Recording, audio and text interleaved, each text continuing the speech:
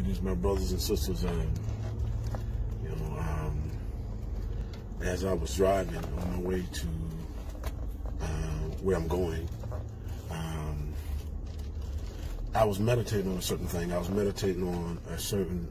I was meditating on a certain spirit. I was meditating on the enemy. I was meditating on. I guess I could use the word manipulation. I could use the word witchcraft. That's what I was meditating on, and what I was meditating on, like how witchcraft works,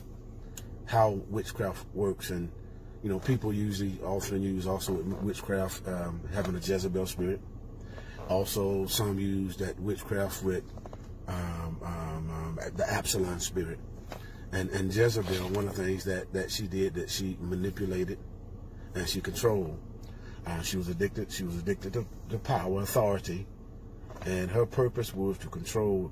She controlled, and she was always after the prophets. The prophets, they were the ones that had the mouthpiece of God, and so the mouthpiece of God, every time they spoke, they became a threat to Satan's kingdom, to wickedness, and so she had a plan to keep them quiet.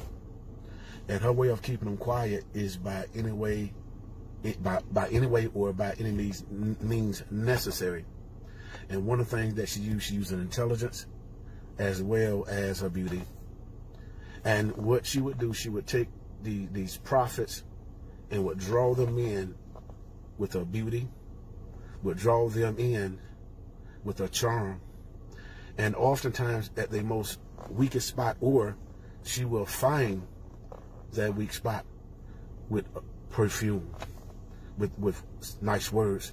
And the purpose is to draw those prophets into her bedchamber.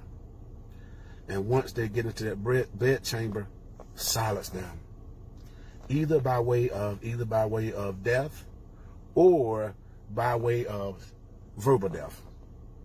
And what I mean by that, one way that someone can kill a person is by killing their influence, by killing their voice.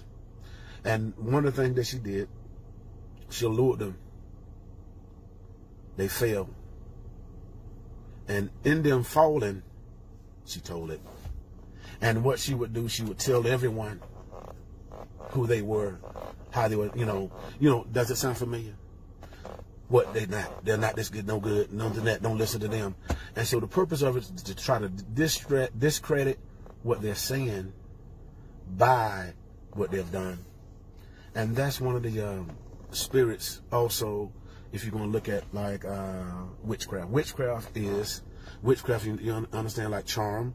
Charm is a sound, a pipe. You can even look at a snake. When a snake is about to bite you, that snake, before it bites you, there's a hiss. And oftentimes that hiss will paralyze you. It will paralyze before it bites you. And so in this case, what the hiss is that paralyzes you is either words. See, because if you look at the word, even in words, when you spell a word, you spell. Each word has power. Each word has influence based on how you listen or how you've been indoctrinated with the meaning of that one particular word.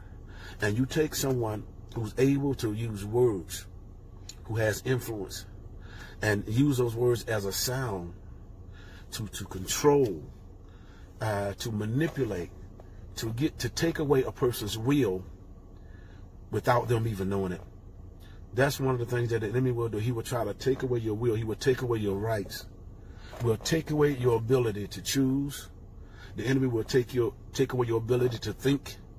And see, that's one of the things that God has given all of us. He's given all of us a choice, either life or death. And so what the enemy will do, the enemy will try to take away your choice.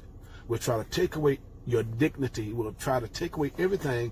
And the way he does that is by getting inside of your head, by you listening to him.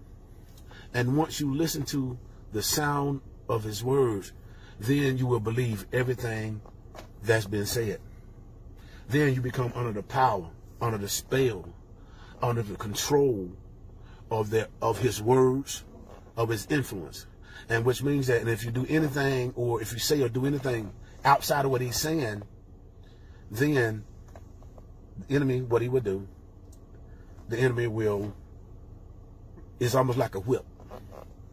When you do something wrong, the enemy will whip you, will do something to you to torment you, to keep making you do what he said. Just like with a baby, or like with a kid, or now like someone who's spoiled, who's always accustomed to getting their way. But every time they're in a situation where they are not getting their way, they will cry, they will get upset, they will yell, they will throw a tantrum. And see that tantrum, is the sound. That tantrum is the charm. That tantrum is the whip that says, I'm not getting my way, but I'm gonna make a sound until I get my way. It's almost like if this stove is hot, every time you touch that stove, it's gonna burn you.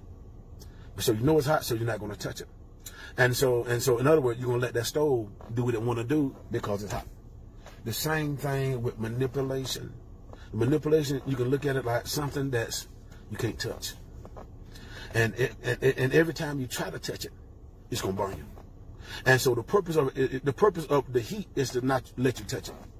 The same thing what the enemy does. The same thing what happened with people who have bad intentions, crooks, thieves, people who plot, who manipulate. One of the things that they never want you to do is for you to get inside their head or to find out what their plans are. And so this is why the enemy will come as an angel of light. And see, the angel of light is coming with, in the beginning, saying something that's right, saying something that you can identify with, saying something you can agree with. And so, but what happens eventually, once you bid in, and once you get to a point where you're sold on what he's saying, then he's gonna flip, gonna change up on you, gonna change up on you. Those are my words. God bless you.